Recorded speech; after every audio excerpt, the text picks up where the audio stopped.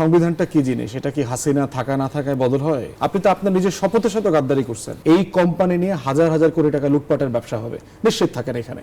নতুন পোশাক পরেও যে আপনি ওই শপথ লঙ্ঘন করবেন না, তার কি গ্যারান্টি আছে? এই সব দোষ আসলে বলা হচ্ছে যে সরকারের প্রধানের, শেখ হাসিনা থেকে নির্দেশনা এসছে, পুলিশ প্রধান থেকে নির্দেশনা এসছে। এর মধ্য দিয়ে কি মানে পুলিশের আসলে দোষ থাকে না? পুলিশে যারা ছিল তাদের কোনো দোষ নেই, সব দোষ সরকারের। অবশ্যই দোষ। বিজেপির কোনো দোষ নাই, র্যাবের কোনো দোষ নাই, অবশ্যই দোষ আছে। সরকার নির্দেশনা দিলে আর কিছু করার থাকে না। বিষয়টা দেখেন, তাহলে তো কিন্তু একটা শপথ নিতে হয়, রাষ্ট্রীয় শপথ আছে। জি জি। রাষ্ট্রীয় শপথে ওনারা কি কি জিনিস সমুন্নত রাখবার কথা বলেছেন, তার ভিতরে একটা বলেছেন হচ্ছে আমাদের সংবিধান সমুন্নত রাখার কথা লেখা আছে। সংবিধানটা কি জিনিস? এটা কি হাসিনা থাকা না থাকায় বদল হয়, না এটা দলের ক্ষমতার পরিবর্তনে বদল হয়? এটা তো একটা পার্মানেন্ট জিনিস। জি। তাহলে বাংলাদেশে গত 16 বছরে কি একটা ব্যক্তিত্ব সম্পন্ন dignified police officer, RAB officer, armed forces officer resign করছে, প্রেসে গিয়ে বলছে যে দিস ইজ এন অর্ডার যেটা কনস্টিটিউশনের সাথে আমার শপথের সাথে যায় না, করে নাই, সো আই রিজাইন? একটা অফিসার বলছে কিনা? বলে নাই তো। এবং গণঅভ্যুত্থানের সময় তো কেউ ব্যাক করে নাই। সময় একটা দুইটা ছোটখাটো অফিসারের কথাবার্তা এখানে সেখানে শুকছি। তাহলে প্রশ্ন হচ্ছে যে আপনি তো